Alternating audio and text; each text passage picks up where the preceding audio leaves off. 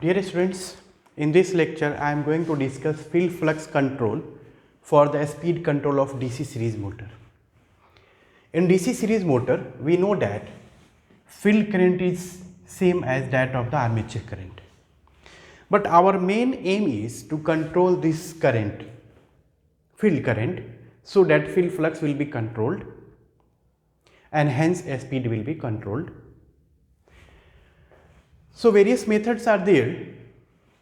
Let us discuss first one, field diverter control.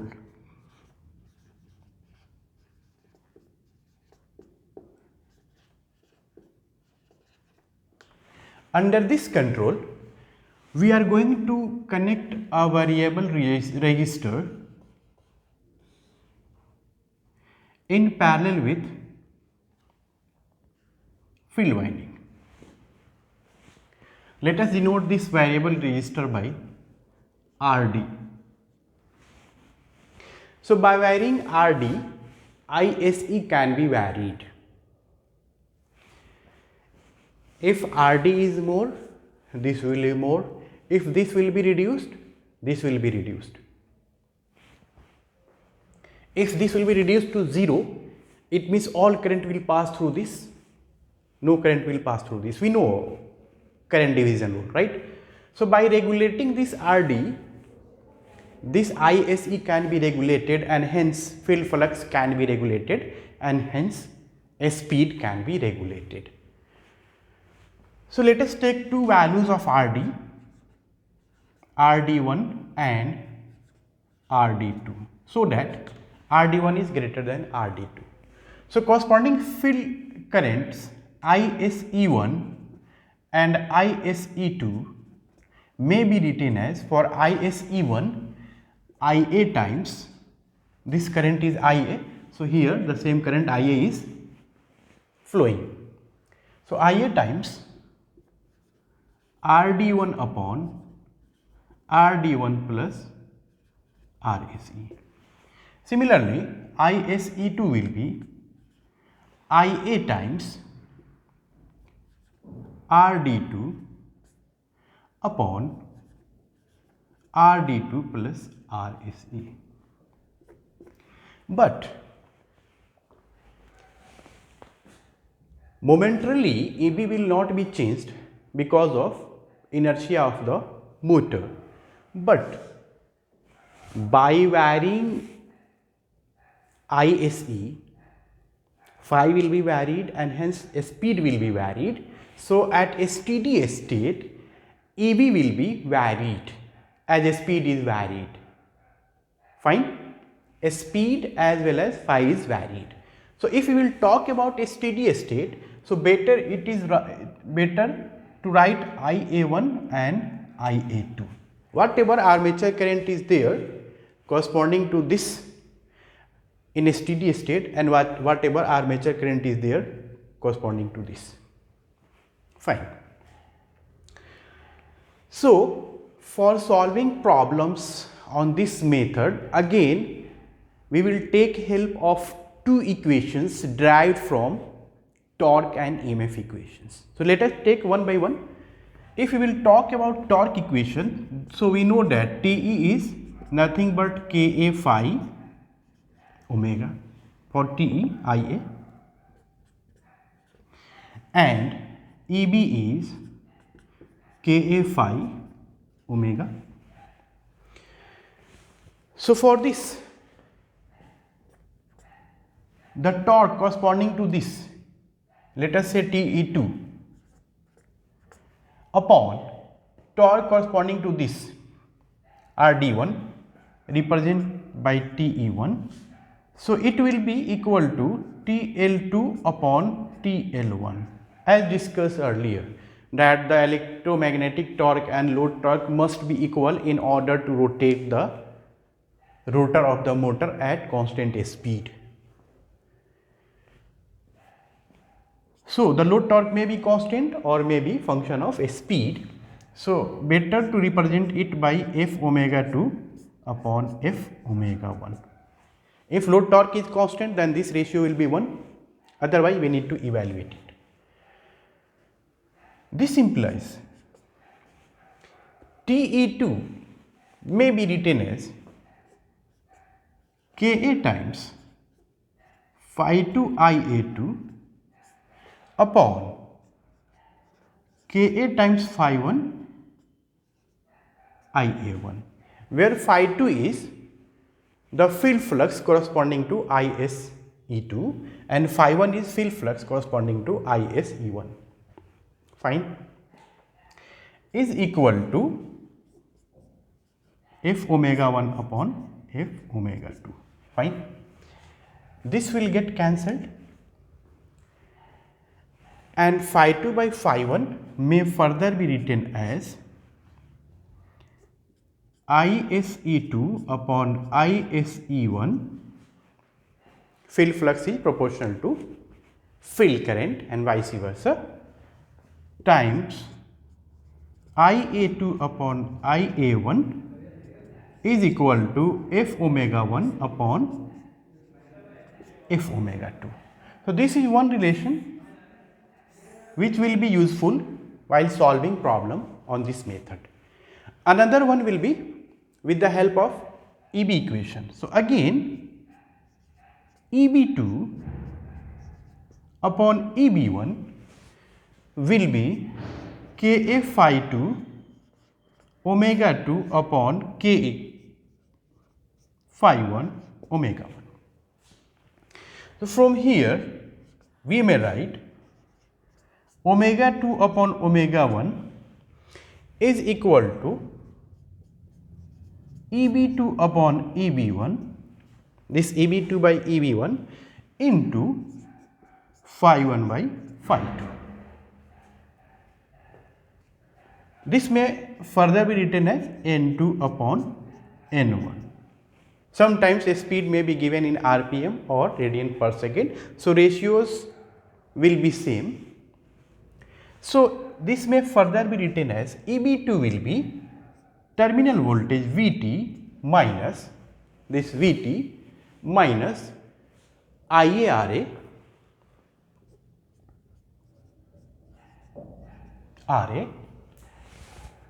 and the equivalent resistance will be two resistors in parallel.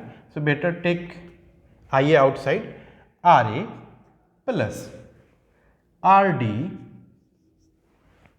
2 in parallel with Rse, fine, upon Vt Eb1 minus Ia. For Eb2 better write Ia2 whatever armature current, Ia1 Ra plus Rd1 in parallel with Rac times this is phi 1 by phi 2 and the ratio of phi 1 by phi 2 will be same as ISE1 by ISE2. So, write here ISE1 upon ISE2, where the values of ISE1 and ISE2 will be evaluated using these relations. Okay. This is ISE2 and ISE1, fine. Whether here or here, these two values will be evaluated and all problems will be solved with the help of these two relations, fine. If we will talk about a speed torque characteristic, so if this is a speed and this is torque, so we know that for DC series motor this relation is like this. So, for various values of Rd, different values of Is will be obtained and corresponding phi values will be there. So, the curve will be shifted like this,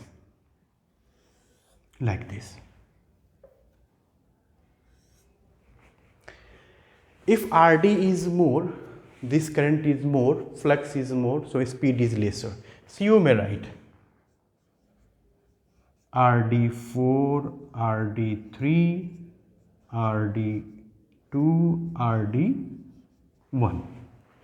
As Rd is more, field current is more, field flux is more, hence speed is lesser. So you may write RD1 greater than RD2 greater than RD3 greater than RD4. So this way, a speed of DC series motor can be varied by varying this resistor RD, variable resistor connected in parallel with series field winding, and this method is known as field diverter control. The biggest disadvantage of this method is that there will be continuous ohmic loss through RD. Whatever current is passing through RD, unnecessary I square RD loss will be there continuously.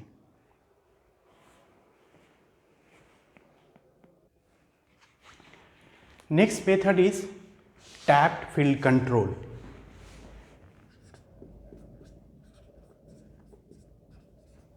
Tapped field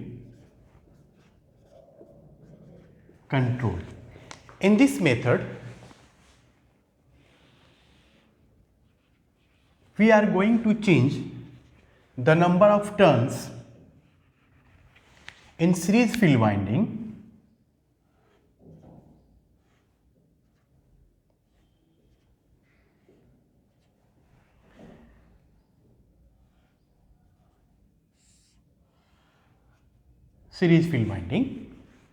and hence the MMF of series field winding, that is ampere turn of series field winding, and the speed is changed. How? We will discuss now. Suppose we have number of turns in one case as NSE1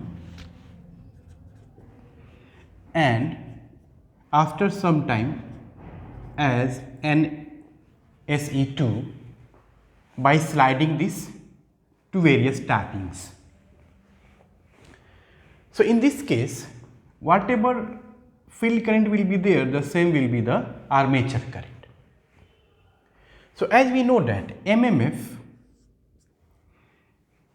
series field winding MMF, is nothing but number of turns in series field winding into IA. So corresponding to two settings of series field winding, NSE1 and NSE2, let us represent this as MMF SE1 as this NSE1 IA1 and corresponding to NSE2 as this NSE2 times IA2. So the torque equations, T is nothing but Ka phi Ia, and as we know that phi is proportional to MMF, series field MMF. If number of turns will be more, phi will be more for the same current and vice versa. So this may be written as proportional to phi SE times IA. Fine. And this is nothing but NSEIA. So we may further write this, substituting this as proportional to NSE1 times IA into IA square.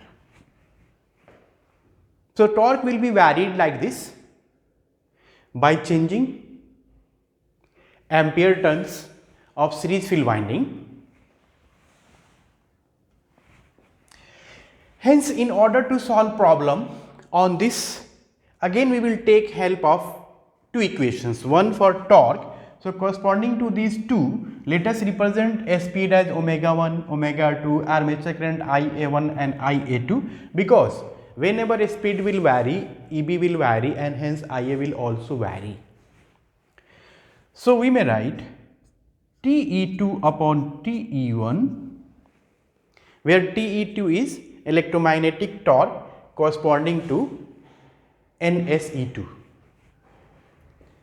So for equilibrium, for a steady state, this must be equal to TL2 upon TL1, and TL may be constant or may be variable. So better to write function of omega 2 upon function of omega 1. This implies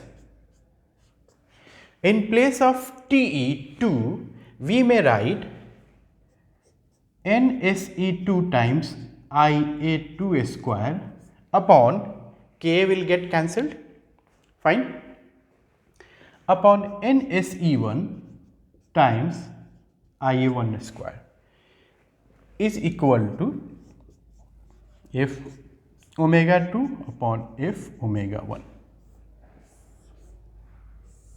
where this N represents number of turns in series field winding. Again, the second equation may be derived by taking ratio of these two, EB2 and EB1, and we know that EB is nothing but Ka times phi omega, so write here 2 omega 2 upon Ka times phi 1 omega 1, and we know that phi is proportional to NSEIA.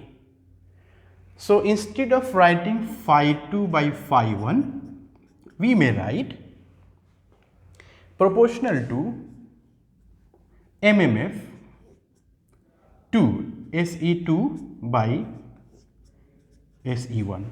See this, phi is proportional to MMF, series field MMF, and this is nothing but NSE times IA. So NSE2 Ia2 upon NSE1 Ia1. So Ka will get cancelled. So this may further be written as omega 2 by omega 1 is equal to EB2 upon EB1 times phi 1 by phi 2, fine. So this may further be written as, the same ratio may be written as N2 by N1 is equal to omega 2 by omega 1 is equal to, in place of EB2 and EB1 we may write this Vt minus Ia2, writing here Vt KVL minus Ia2 times Ra plus RSE1. If this is omega 2 EB2, so write RSE2 upon Vt minus Ia1 Ra plus RSE1 times phi 1 by phi 2, and phi 1 by phi 2 is nothing but NSE2 times Ia2 upon SE1 times Ia1. Just check it.